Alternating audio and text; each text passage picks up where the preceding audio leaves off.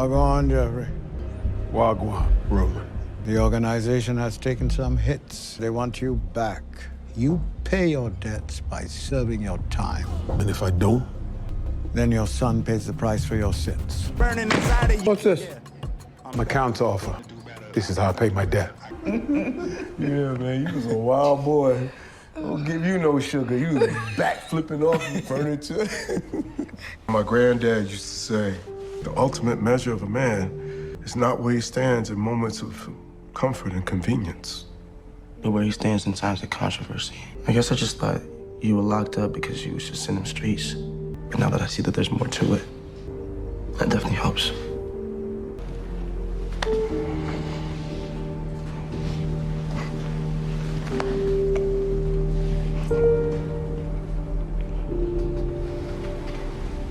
What up with it, YouTube? What's good with y'all? What's up with everybody? I go by the name of DC, and in today's video, I'm going to be talking about Bel-Air Season 3, Episode 5. This is my recap, my review, my thoughts, my opinion about the episode, and how I felt about it overall. If you're coming across my channel for the first time, and you like Bel-Air content like me, hit that like button to help this video get recommended across the algorithm. Hit that post bell notification button to get updated on all content I post on my channel. And leave your comments down below in the comment section, and y'all let me know how y'all felt about the episode. Overall, I enjoyed this episode. To me, this was one of the best episodes that had been released out of Season 3 so far. We saw the OG Jeffrey from the original Fresh Prince of Bel-Air pop up in this episode. We saw Will make up with his father Lou in this episode. Like, this episode was phenomenal. Episode 6 was one of them ones, bruh. And while I'm mentioning Will making up with his father Lou, I'm going to start this recap off first with talking about that, because that was probably one of the greatest things that happened in this episode, to be honest. I'm so glad Will finally forgave his father Lou for all the stuff that happened in the past, and now these two finally have a father-son relationship with each other. Because in this episode, we saw the return of Will's mom. We know in episode 5, Will texted his mom at the end of that episode and told her he needs her to come to LA. And she flew out to LA in this episode to see the reason why Will wanted her to come to LA. And Will let it be known to his mom that he was trying to get her, Lou, and him to all sit down in one room and have a conversation with each other about the past. And at first, Will's mom wasn't with it. She was like, nah, bro, I ain't trying to meet up with Lou. Like, you just don't know about the stuff that happened in the past. Like, Lou is not a great person. But after the conversation that Will's mom had with Aunt Viv in this episode, she agreed to it. We saw Will, Lou, and his mom all sit down and have a conversation with each other in this episode. And there was a lot that was revealed in this conversation, to be honest. And after watching this episode, it really didn't seem like Lou was that much of a bad person the way that Will's mom and his family portray him to be. It doesn't seem like that at all. Especially with Lou telling Will the real reason why he went to jail back in the day when he was younger. And the real reason why Lou went to jail back in the day is because he confronted this man that he used to work for that didn't pay him his money when he helped this man out by moving refrigerators and stuff like that. And Lou was just trying to see what's up with the money that the man owed him. But things went left and the situation didn't turn out how Lou expected it to be. Lou was really trying to look out for Will and his mom, to be honest, because they were sitting in the cold house for 5 days with no type of heat. And Will's mom told Lou to go handle his business after Lou told Will's mom that this dude been owing him money this whole entire time and he hasn't paid him. But she didn't tell Lou to rob the man, but Lou didn't rob the man. Things just went left, apparently. And that's the real reason why Lou went to jail. But with Lou finally being honest about Will about the real reason why he went to jail, as well as Will being honest about his feelings towards Lou, Will and Lou was finally able to make up with each other in this episode. She actually apologized to Will in this episode from keeping him away from his father due to the issues that she was having with Lou. And in the final scene of this episode, Will decided to call up his father Lou to come kick it with him at the basketball courts. And the episode ended with Will and Lou finally having a father-son bond with each other. And Lou also thanked Will for setting up that conversation between Will, Lou, and his mother, because Lou felt like that was something that was needed. And he told Will that he was proud of him, which was a dope thing to see. Now in this episode, we saw the return of the OG Jeffrey from the original Fresh Prince of Bel-Air. And I'm not gonna front, I enjoy watching the OG Jeffrey interact with the new version of Jeffrey. I enjoy each and every moment of that scene, bruh. Because Jeffrey set up a meeting with Roman in this episode with the help of Penelope, because we found out in this episode that Penelope has Roman's number. And she suggested that Roman could possibly help out Jeffrey with this threat problem that he got going on back in London. So Jeffrey called Roman to come to LA in this episode so they could have a conversation with each other and to see if Jeffrey could work out a deal with the Hillboy Syndicate. And in this conversation that Jeffrey was having with Roman revealed to Jeffrey that the Hillboy Syndicate has been weak ever since he took out their leader. And they want Jeffrey to come back to London and run the organization for them. And Jeffrey was wasn't with it when he heard this. He like, hell no, I'm not going back to London to run no type of organization. Like, I'm not involved in that type of lifestyle no more. That ain't me. And Roman was just sitting there looking at him like, all right, bro, it is what it is, but this is the deal that's on the table. And if you don't accept this deal, then Frederick is going to die for your past sins. It's that simple. And with Roman revealing this to Jeffrey, Jeffrey actually started thinking about possibly going back to London to take over the Hillboy Syndicate crew so the Hillboys won't take out his son. And when he was having a conversation with Uncle Phil about it, Uncle Phil told him that there's another way out of this. He like, bro, you don't have to go back to London. Like,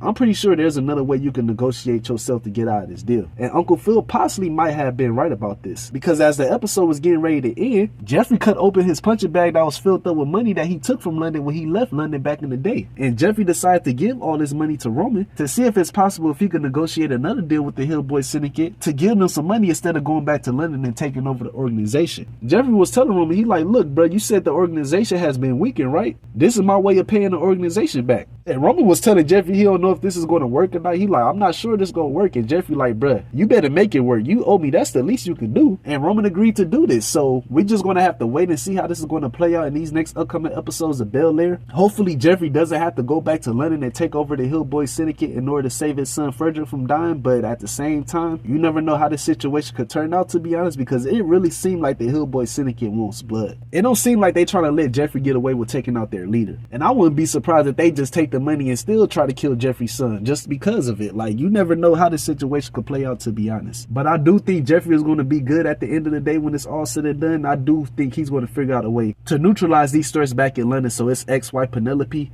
and his son Frederick can be safe when they out there. Now in this episode, we saw A'mirah and Carlton having some issues in their relationship. They wasn't able to get on the same page with each other in this episode because A'mirah was low-key doing stuff that Carlton has never seen before. Like tripping on the dude Spencer, who hosts the NA meetings that A'mirah and Carlton go to. Because in episode 5, when Carlton was at work, he called Spencer up to his job to have a conversation with him about the stuff that he's been dealing with lately when it comes to him trying to stay sober, as well as him feeling like he's the reason why his parents is going through stuff in their marriage. Like, Carlton was going through it in episode 5, but he found the way to stay strong and not relapse and go back to doing the stuff that he was doing in the past. And in that conversation he was having with Spencer, Spencer told him that he need to focus on himself. He like, bro, you don't need to be worrying about A'mirah. Like, you just need to focus on yourself and make sure your mental health is good. You can't juggle your problems and hers at the same time. And when Carlton was on the phone with A'mirah in this episode, he told A'mirah about the stuff that Spencer said. And she got pissed off because she felt like somebody always got an opinion about their relationship and whether or not if A'mirah and Carlton should be together. And she told Spencer in this episode if he got anything to say about her, he could say it to her face. And she also told Spencer that her and Carlton would find a new NA meeting to go to. And Carlton was like, nah, bro, like, Spencer cool. He's been there for me for these last couple of weeks. Like, bro, the homie. He's been there for me these last couple of weeks. Like, I ain't got no problem with Spencer. And A'mirah was telling Carlton, she like, bruh, if I don't stand up for us, who will? Like, your parents don't even like me. Which they did. They actually wanted A'mirah to come over for dinner, but A'mirah didn't even show up to the goddamn dinner. She left Carlton hanging. She didn't even send him a text or nothing. But she did show up afterwards, and Carlton was upset because he like, bruh, you showed up after the dinner is over with. Like, it's too late to show up. But A'mirah explained to Carlton and Aunt Viv that the reason why she ain't show up is because it's her sister's death anniversary. And her and her sister was very close, which is the reason why she wasn't there. And you know what I'm saying? She was dealing with her own problems. But right after this, Carlton told A'mirah that he doesn't like the way that she just be disappearing and not having no type of contact with him. He like, bro, I don't like that. Like, when you just up and disappear without saying nothing and I can't get in contact with you, like, that scares me. So with Carlton admitting this to A'mirah, she decided to share her location with Carlton so Carlton can now know wherever A'mirah is at, which is a good thing for Carlton. But after watching episode 6, it's something weird going on with Amirah's character, to be honest. Like, I don't know, bruh. It seemed like she trying to drag Carlton down. Like, at first, I was with Carlton and A'mirah being in a relationship with each other because I felt like this was good for Carlton. But after watching this episode, yeah, I don't know about A'mirah, bruh. I don't know. I think Carlton might have to listen to Spencer and start focusing on himself and stop worrying about A'mirah, to be honest, because I feel like she might try to drag him down. She hasn't done anything too crazy, but I do believe in these next upcoming episodes of Bel-Air, A'mirah is going to do something crazy that could possibly push Carlton away. I don't know. It's just something that's off about Amirah's character after watching this episode, and I can't wait to see how Carlton is going to be dealing with A'mirah in these next upcoming episodes of Bel-Air, because I just got that weird feeling that A'mirah is going to do something,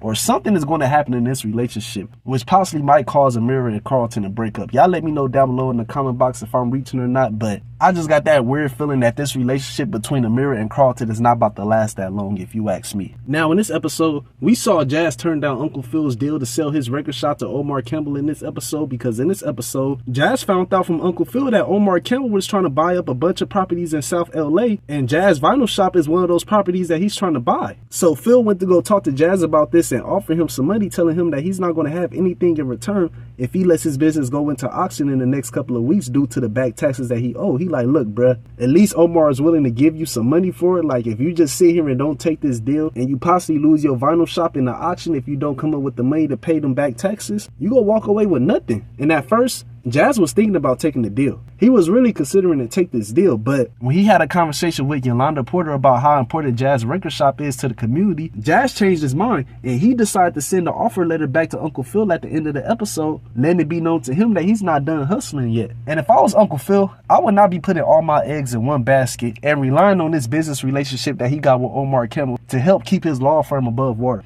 I don't think it's a good idea. And Erica let that be known to Uncle Phil in this episode when she was having a conversation with him about Uncle Phil deciding to end their business relationship. And she told Uncle Phil it's not the smartest idea for him to put all his eggs in one basket and gamble on Omar Campbell. And she also told Uncle Phil that if he decides to cut business ties with her, then all the clients that's a part of her team is going to walk away and they're going to keep working with her and they're not going to work with Uncle Phil. And he was cool about it. He like, bro, I ain't even tripping. Like, it is what it is. And I don't know. I just feel like Uncle Phil is going to get into a lot of BS when it comes to him doing business with Omar Campbell. I don't think Uncle Phil could trust Omar Campbell, to be honest. I'm pretty sure Omar Campbell has some secrets that he's not telling Uncle Phil. And I believe in these next upcoming episodes of Bel-Air, Uncle Phil is going to find out that Omar has his own agenda when it comes to him putting up this shopping mall in South LA. And it might not have been the best idea for Uncle Phil to do business with him. But other than that, I ain't got too much else to say about episode 6. Again, this episode was fire. This was a phenomenal episode. I ain't got too much else to say. If you like this video that I uploaded and created, hit that like button to help this video get recommended across the algorithm. Hit that post bell notification button to get updated on all content I post on my channel, and leave your comments down below in the comment section. I'm gonna get at y'all later. Thank you to everybody that's supporting the channel and liking the content. I appreciate you guys. Y'all take care, y'all be safe, and God bless.